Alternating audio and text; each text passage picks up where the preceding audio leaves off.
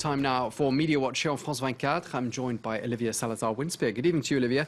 Let's begin in Algeria, because the parliament has passed a significant law criminalising domestic violence, and most specifically, this is violence against women. Yeah, this is an important first for Algeria. Like you say, they've criminalised domestic violence against women with a law that was quite contested as it was passed. Now, the French media are covering this. Paris Match magazine have this very emotive headline that says, "Men who beat their wives will finally go to prison," which suggests this law has been a long time coming. It's quite complete. It involves, the legislation also includes psychological harassment and harassment in the street or in public places.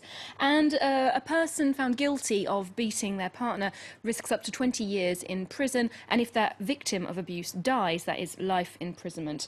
The law, like I said, was quite controversial as it was being debated, especially in the more conservative fringes of Algerian politics. There were comments from the Islamic Conservative Party that are explained in this article here. From the AAV specifically party, some members said during the parliamentary debate that women who are improperly dressed in the street provoke this sort of violence themselves, and that, you know, now a woman who gets a slap round the face will file for divorce, and that will result in the breakup of a family.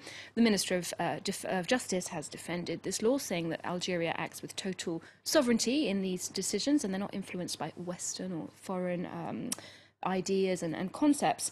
But of course, you can imagine feminists are very angry about these kind of comments.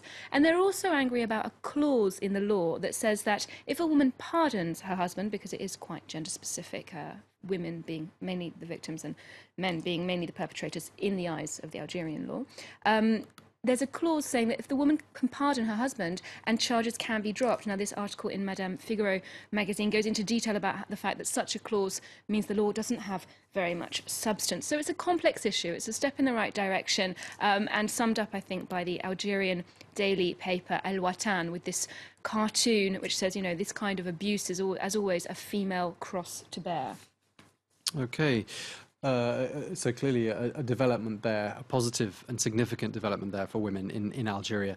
Let's move on to a rather lighter story you've picked out for us. We were talking about this precisely a week ago, this story about a dress and what colour it is and all sorts of debates, even here in the newsroom at France 24, people discussing whether or not this dress was blue or was it white.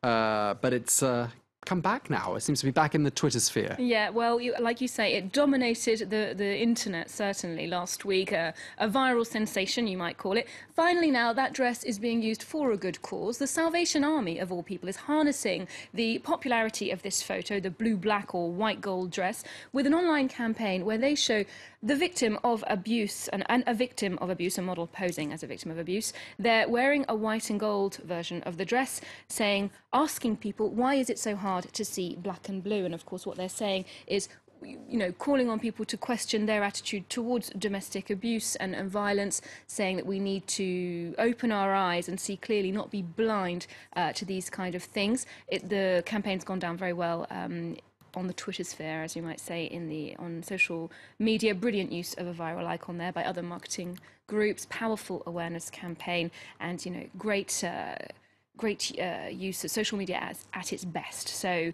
obviously seemed quite trivial when it came out last week, but it's finally being used for something positive. Indeed, a good vehicle to do something rather more useful and trigger frivolous conversations.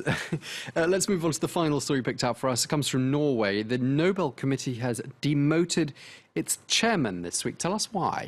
Now, this is a first time since the Nobel Committee exists in over a century, that they ask the chairman to leave, that he doesn't leave of his own accord. Now, Thorbjørn Jagland has been at the head of the committee for 6 years. This is how they were covering it in the Norwegian press. There's a photo of him looking quite miserable next to his successor, this lady here on the right, who in fact is from the conservative right-wing party in Norway, and he's on the left. So this newspaper, the Aftenposten, which is the largest paper in Norway, is saying that this is a political move. They're trying to move the committee to the right.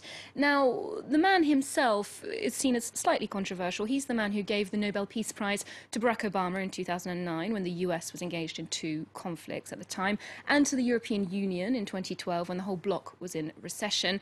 But most controversially, he was the person who awarded the Nobel Peace Prize to Liu Xiaobo in 2012. Now, he's a Chinese dissident, and this move actually, saw relations frozen between China and Norway. China stopped the imports of Norwegian salmon.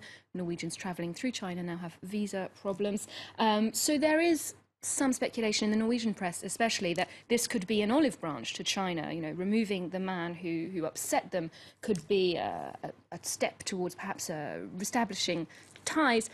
This article, however, is a bit more sceptical about that. They say they have spoken to a spokesperson for the Chinese Foreign Ministry, and that China will accept nothing less than a formal apology from Oslo to restore the relationship between the two countries.